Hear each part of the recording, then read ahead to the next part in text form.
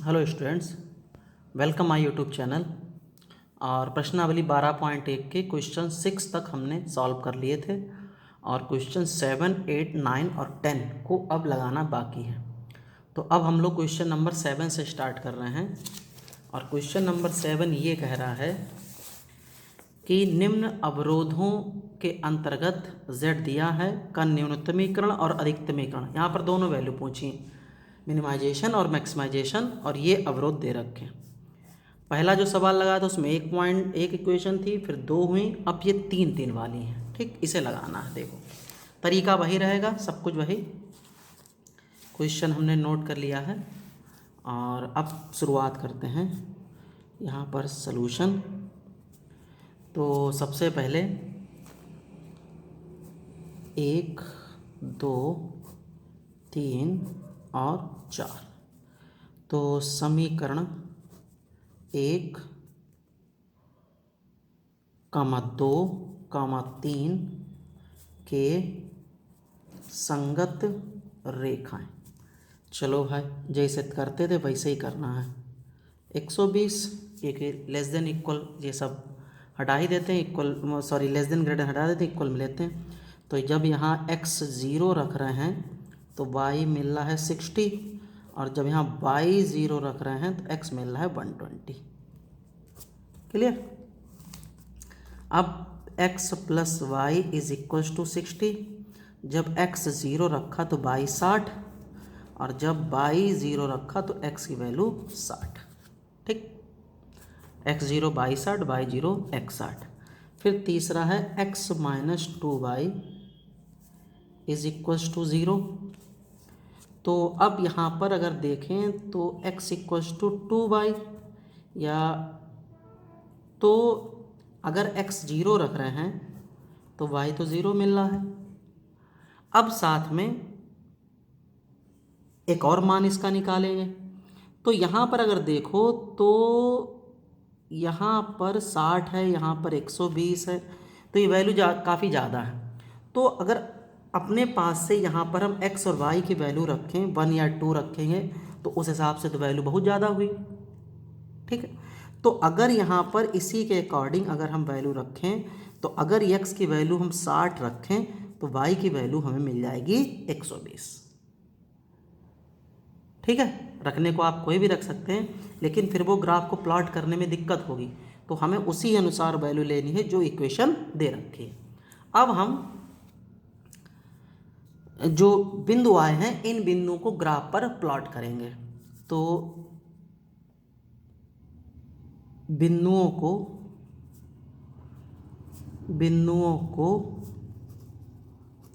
Graph पर प्रदर्शित करना। अब ग्राफ पर प्रदर्शित करना, अब यहीं पर बस मेन पॉइंट है जो कि आप लोगों को सीखना है 3 वाले हिस्से में। सबसे पहले इस टाइप के बड़े बड़े जो मान होते थे, हाई स्कूल में इसके खूब ग्राफ बनाए हैं। तो जब 0 और 60 और 120 है तो 1 2 3 लेके तो हम ये पूरा नहीं कर सकते हैं। तो यहाँ पर अब अंतर से लेते हैं, जहाँ पर ज़्यादा बड़ी संख्या होती है तो 5 का अंतर से ले लो, या 10 के अंतर से ले लो, या 20 के अंतर से ले लो। ठीक है, 30 के अंतर से। तो यहाँ पर हम लोग 20 के अंतर से ले रहे हैं। तो ये O 0, 0, तो ये 20 और ये 40, 60, 80, 100 और 120।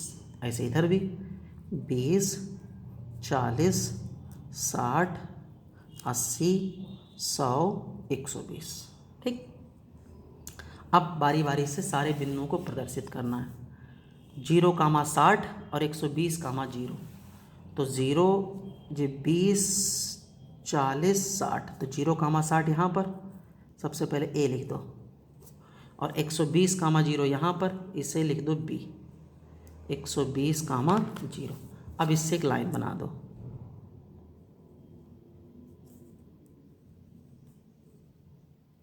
ठीक, मेरा कैसा भी बने, आप लोग सही बनाना है। ये हो गई हमारी लाइन फर्स्ट, हमने इसलिए इक्वेशन लिख रखी है ऊपर। अब जीरो 60, 60 जीरो, तो जीरो 60 तो यही हुआ, और 60 जीरो ये हुआ। इसे सी, इसे डी मान लो, 60, 0 यहीं पर आएगा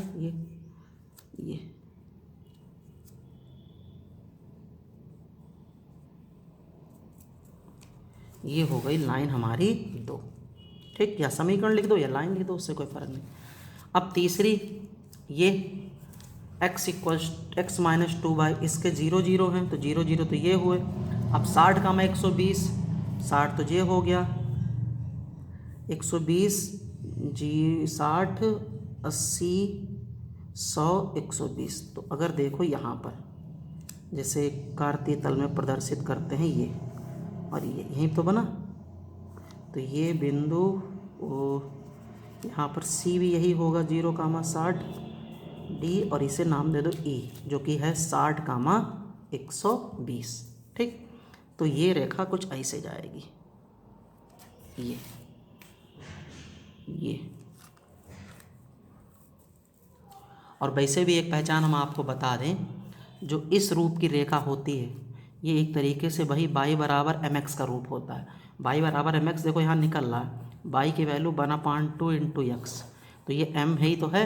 तो ये रेखा हमेशा मूल बिंदु की होती, जो कि आपने हमेशा पढ़ा है, ठीक, निर्देशांक ज्यामिति में। तो ये हो गई लाइन हमारी 3rd। अब कौन सी लाइन के लिए कौन सा रीज़न होगा, अब इस पर डिस्कस करना है। तो सबसे पहले अगर देखें तो अब बार बार जीरो पर लिखेंगे नहीं, ये बात पीछे से लगातार बता रहे हैं। इस पर देखो, पहले पर 0 + 0 < 120, जीरो छोटा है 120 से, जीरो छोटा है 120 से, तो ये सही है। जब जीरो छोटा है 120 पर, यानी यही तो लाइन है, तो इसका मतलब इसमें ये रीज़न जो आएगा वो नीचे की तरफ आएगा। बहुत ध्यान देना इस बात पर। अब आ गया। अब 0 + 0 > 60, जीरो बड़ा है 60 से, तो जीरो बड़ा है 60 से, तो बात बिल्कुल गलत है। तो जब गलत है तो इसका मतलब ग्राफ में ये हिस्सा नीचे ना आके लाइन 2 का ये हिस्सा ऊपर होगा, यानी ये ऐसे, ये आप बाहर भी दिखा सकते हैं, यहाँ तक इधर कोई उससे फ़र्क नहीं, लेकिन कापी पर ज़्यादा इतना फिर प्रदर्शित करेंगे तो अपने आप में ही अच्छा नहीं लगेगा। ठीक, अब 2 शर्तें हो गई। अब तीसरी शर्त है ये। अब ये जो लाइन है ये तो मूल बिंदु से जा रही है, यही तो लाइन है, यहाँ लिख दे रहे हैं x माइनस 2y। अब इस मूल बिंदु के लाइन इधर होगी या मूल बिंदु के लाइन उधर होगी। रीज़न, इस लाइन के इधर आएगा या इस लाइन के इधर आएगा, यही पकड़ना। तो जहाँ पर ऐसी स्थिति हो, बहुत ध्यान से बात अब सुनना है, जहाँ पर ऐसी स्थिति हो, रेखा मूल बिंदु से जाती हो, तो उस रेखा के चाहे उस साइड में या उस रेखा के चाहे इस साइड में कोई एक बिंदु ले लीजिए, इस रेखा के उस साइड में या इस रेखा के इस साइड में। अब कोई एक बिंदु देखो दिख रहा है यहाँ पर, देखिए यहाँ पर जैसे ये है, इस रेखा के इधर बिंदु है, अगर इसके निर्देशांक बनाए बाई अक्ष पे 0,20, 0,40 भी है, 0,60 भी है, कोई भी ले लो, कोई मना नहीं। इस रेखा के इधर अगर बात करोगे तो ये 20,0, 40,0, 60,0 यही तो होंगे। अब इस रेखा के इधर या इधर कोई बिंदु लेके संतुष्ट कराइए इस चीज़ को। तो यहाँ पर देखो, अगर हम संतुष्ट कराएं तो x इधर नीचे लिख रहे हैं एक समझाने के लिए, तो x माइनस 2y जो कि > 0 है, हम इस रेखा के इधर वाला बिंदु ले रहे हैं 0,20। अब ध्यान देना, तो 0 - 20 × 20 400 > 0, तो -400 > 0। -400 क्या 0 से बड़ा है? नहीं बड़ा है, गलत बात है। इसका मतलब इस रेखा के इधर मान नहीं हो सकता, इस रेखा के इधर मान होगा, यानी इधर ये पूरे हिस्से में, ये ऐसे ऐसे ना समझ में तो और देखो, यहाँ पर देखो भाई। अच्छा चलो यहाँ देखो, 20 - 0 > 0, 20 बड़ा है 0 से, 20 बड़ा है 0 से, बात तो सही है। इसका मतलब इसी साइड में तो आएगा। यहाँ आप देख लो 40 बड़ा है 0 से, 60 बड़ा है 0 से, इधर देख लो 0,40, तो 0,40 का मतलब हो गया है यहाँ पर ये एक शायद गलत हुआ था, 20 दूनी 40 केवल होगा, 40, 400 नहीं, तो 0,40 यानी -80, -80 जीरो से बड़ा, गलत है। जब गलत है इसका मतलब ये ऊपर हो ही नहीं सकता, नीचे होगा। तो कहने का मतलब है जब रेखा मूल बिंदु से जाए, यही स्थिति अभी 8 नंबर बनेगी, जब रेखा मूल बिंदु से जाए तो उस रेखा के उस साइड में या इस साइड में कोई भी एक बिंदु लेकर आप उसे चेक कर सकते हैं। ये हमने सिर्फ बताया है, ठीक, आप अपने आप चेक कर सकते हैं। तो अगर वो सही आ रहा है तो ठीक, नहीं आ रहा तो इसका मतलब उसके उल्टे साइड में होती बात, यही तो बता रहे हैं शुरू से। तो इसका मतलब जब 0,20 -40 छोटा है 0 से, तो इसका मतलब इधर तो हो ही नहीं सकता, इधर होगा, गलत ये बात है ना। तो यहाँ पर असत्य है, असत्य है, और ये तो सत्य है ही है। तो इसका मतलब इस साइड में रीजन फंसेगा, चाहे इधर का बिंदु चेक कर लें चाहे इधर का, बस यही पॉइंट बहुत ध्यान देना है इसमें, ठीक।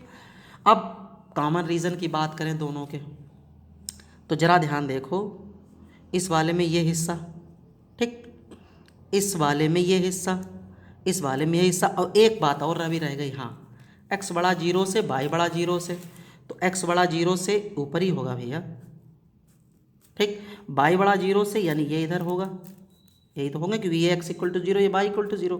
तो ऐसी स्थिति में ऊपर मीन्स यहाँ पर भी होगा, ऐसा नहीं इधर भी होगा। अब ज़्यादा हम दिखाएंगे तो फिर वही ग्राफ बहुत सब आपस में मिक्स हो जाएगा। तो ये तो हिस्सा हुआ 0 से, तो ऐसी स्थिति में इधर भी फंस रहा है, इधर से भी फंस रहा है, तो इधर से भी फंस रहा है, इधर से भी फंस रहा है, इधर से भी फंस रहा है, इधर से भी, यानी ये जो रीज़न है ये सी डी और दिस ई और this F, E F D और बी, ये रीज़न ही कॉमन रीज़न है, ठीक। तो लिखेंगे, क्या लिखेंगे कि अब इसे चाहें वही लिख सकते हो जो हम पीछे बता रहे हैं, ऐसे चाहें दिखा दो, ये ऐसे, ठीक, थोड़ा ऐसे दिखा दो। आपके पास 2 पेन होंगे तो आप उन्हें यूज़ कर सकते हैं, ब्लैक और ब्लू।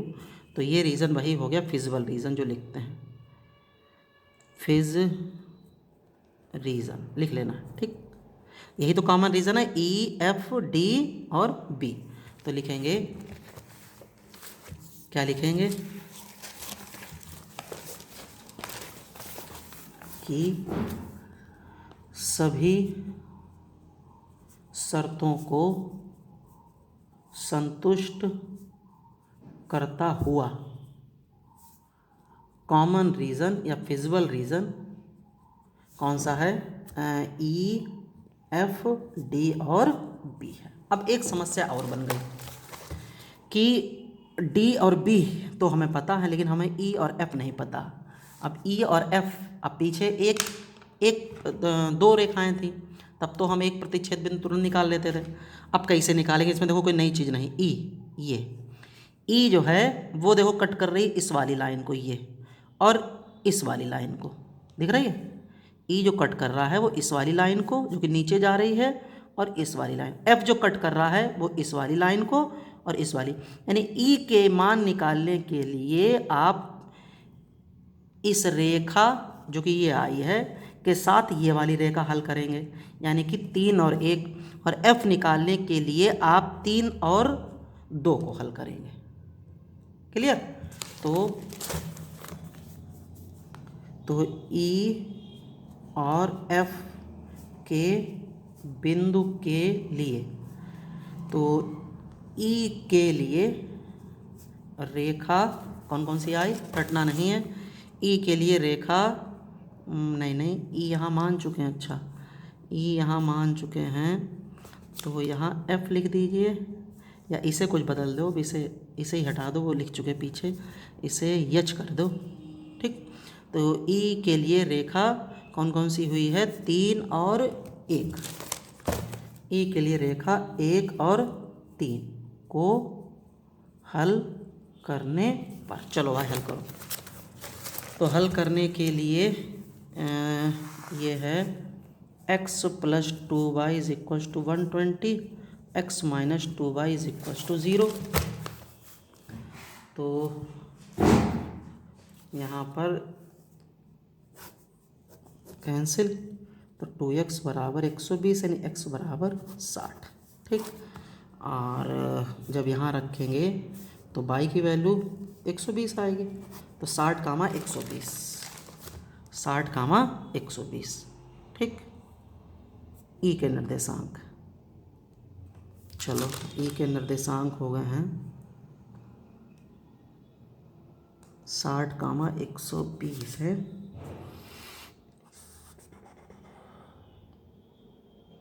चलो देखते हैं। तो ई के निर्देशांक हो गए हैं 60 कामा 120। अब यफ के लिए कौन कौन से हल करेंगे? एफ के लिए हल करेंगे हम लोग 3 और 1, ना 2 और 1। तो x plus y is equals to 60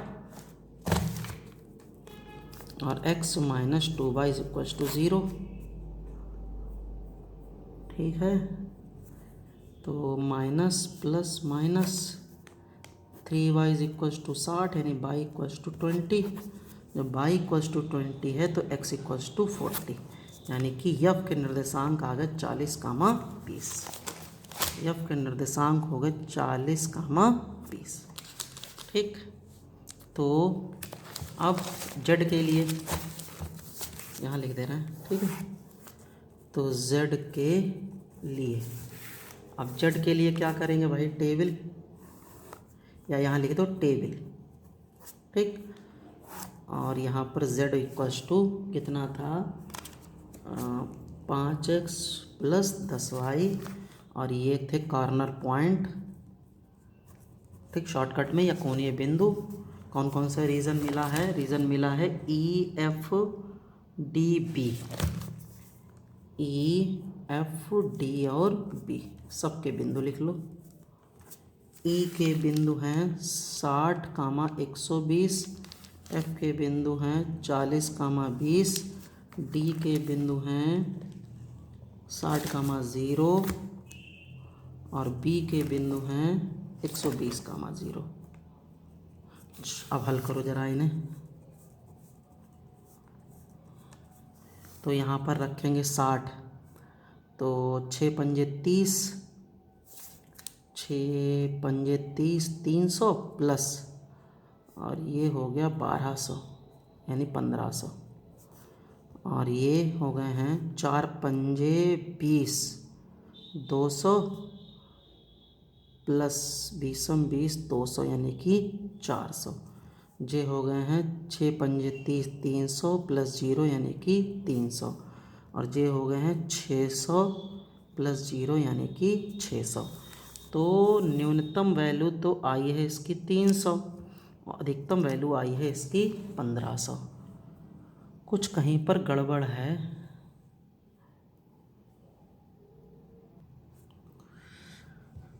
कुछ कहीं पर गड़बड़ है, हुआ है इसमें। ज़रा ये बिंदु चेक करना है, ई वाला बिंदु। ई के साथ जो रेखा मिली है वो है लाइन फर्स्ट, और लाइन फर्स्ट है x plus 2y is equals to 120।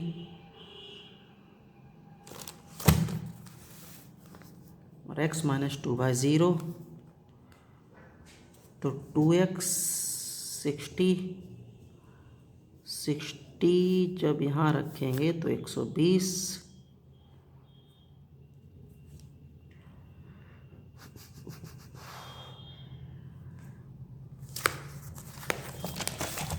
कहीं पर कुछ फॉल्ट हुआ है, क्योंकि ई एफ की वैल्यू गड़बड़ है, ऐसा लग रहा है। ई की वैल्यू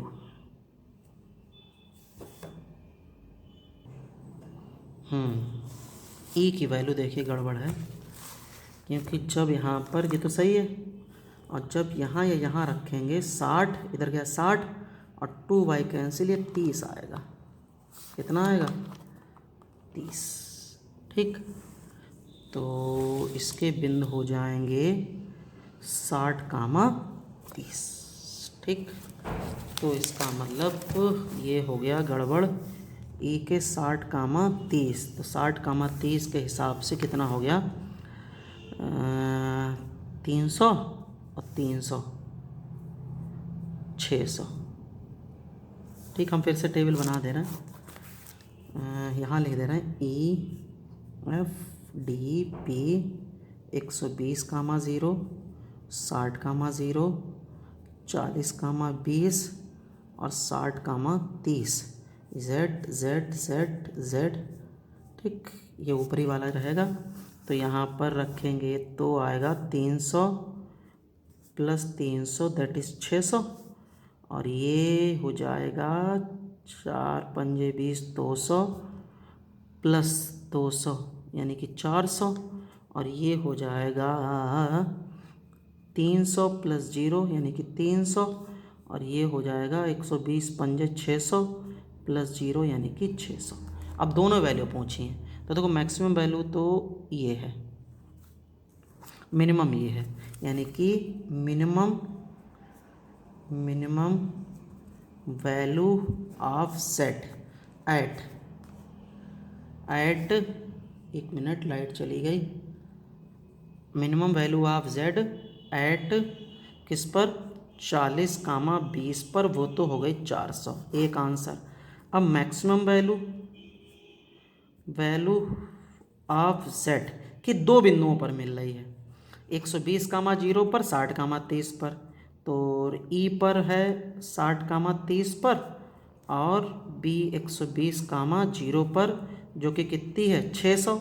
और जब 600 आती वो जब दो बिंदुओं पर आती है तो उसका मतलब भी पीछे हम बता चुके हैं, दो बिंदुओं के आने का मतलब ये हुआ है कि जो ई बी है, देखिए ग्राफ में E B, E that is E B, ये याद करो पीछे जो सवाल लगा था उसमें भी एक ऐसी रेखा मिली थी, तो शायद मेरे हिसाब से क्वेश्चन नंबर 6 में था, तो हमने बताया था उस रेखा पर जितने भी बिंदु हैं सभी बिंदुओं पर वैल्यू समान होगी। तो ई बी रेखा पर जितने भी बिंदु होंगे यहाँ से अगर हम निकालें तो सभी बिंदुओं पर जो वैल्यू होगी वो समान होगी, यानी कि 600 होगी, यानी कि ये ई और बी एक तरीके से पूरी रेखा पर वैल्यू 600 होगी।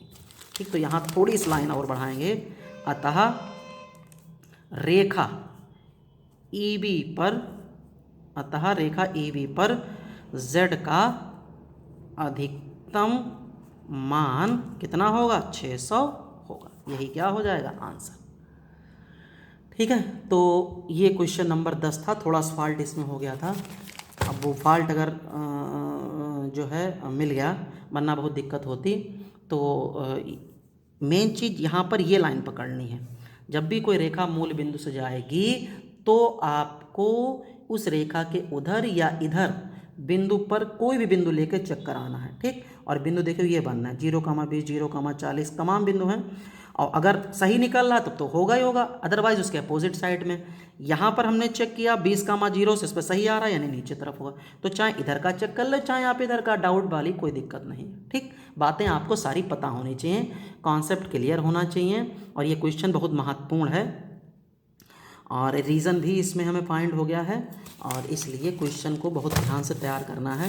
क्वेश्चन इसका अगला नंबर 10 है, सॉरी 8, वो भी हम बताएंगे, 9 भी हम बताएंगे, इसलिए क्वेश्चन बहुत इंपॉर्टेंट हैं और यही क्वेश्चन 8-8 नंबर में बनते हैं। ठीक है, तो कोई खास बात नहीं थी, बस एक बात मिली है वो मूल बिंदु वाली। तो मूल बिंदु की स्थिति में इधर के इस रेखा के उधर या इधर कोई पॉइंट लेके आप चेक कर लें, तुक्का मारने वाली बात नहीं, रीज़न उधर होगा। कभी कभी ऐसा होता है रीज़न गलत बन जाता है लेकिन आंसर सही मिल जाता है, वो गलत है। आप तुक्का नहीं मारें, आप बिल्कुल ही क्वेश्चन को विधिवत लगाएं और हर पॉइंट पता हो कि रीज़न कैसे निकाला जाएगा।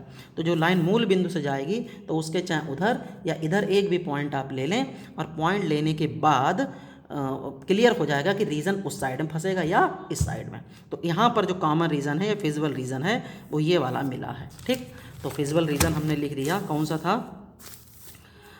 कॉमन रीज़न, कौन सा EFDB, जिसमें हमें दो बिंदु E और F अननोन थे। तो अननोन में E जो है रेखा 1 और 3 को हल करने मिला, और F जो है वो रेखा 1 और किसको नहीं F जो मिला है रेखा 2 और 3 को, सॉरी F जो मिला है वो रेखा 2 और 3 को। ठीक, तो ये चीज़ इसलिए इसमें ध्यान देनी है, जो कि बहुत महत्वपूर्ण बात है। और अगले क्वेश्चन में हम लोग क्वेश्चन नंबर 8 को लगाएंगे, और क्वेश्चन नंबर 8 भी अच्छा सवाल है और उससे भी थोड़ी बातें और क्लियर हो जाएंगी। ठीक है, तो अब नेक्स्ट क्वेश्चन में 8 वीडियो में क्वेश्चन 8 को लेंगे हम लोग और देखेंगे कि वो भी किस प्रकार से लगेगा।